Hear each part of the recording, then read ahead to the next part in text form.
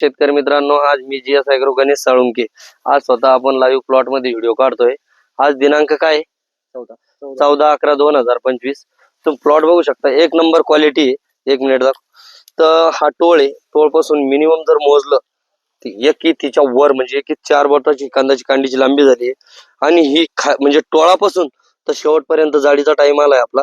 आणि याला एक डोस आपला भीष्माचा झालाय। भीष्मा सोडल्यानंतर तुम्ही अद्रकची जाडी बघू शकता, टॉप क्वालिटी जाडी झालेली आहे।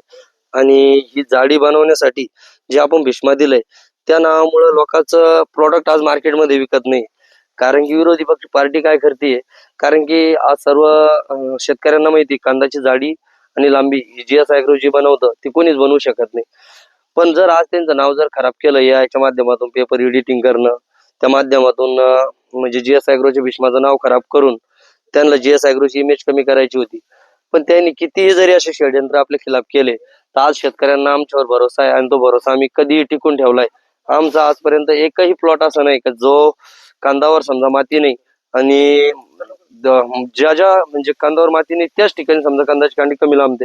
पण ज्या शेतकऱ्यांनी 7 ते 8 इंच माती लावली तर हर शेतकऱ्यांची 7 ते 8 इंच माती झालेली। तुम्ही प्लॉट बघा, याच्यात कुठेही जागा शिल्लक राहिलेली नाही। एक मिनिट पाहून होईल जरा, हे बघा प्लॉट एवढं पूर्ण डोळा पूर्ण बेड पॅक झाले, कारण याच्यावर आहे फक्त माती। आणि माती चढून जीएस ॲग्रोचे ह्या 2 एकरचे प्लॉट मिनिमम 3 ते 4 पेट्याचे वापर झालेला आहे। आणि वापर झाल्यानंतर प्लॉट जर बघितला सर्व काही गोष्टी याच्यात मेंटेन झाले आणि मिनिमम आज 2 ते 2.5 किलो कांदा निघतोय हर शेतकऱ्यांचा।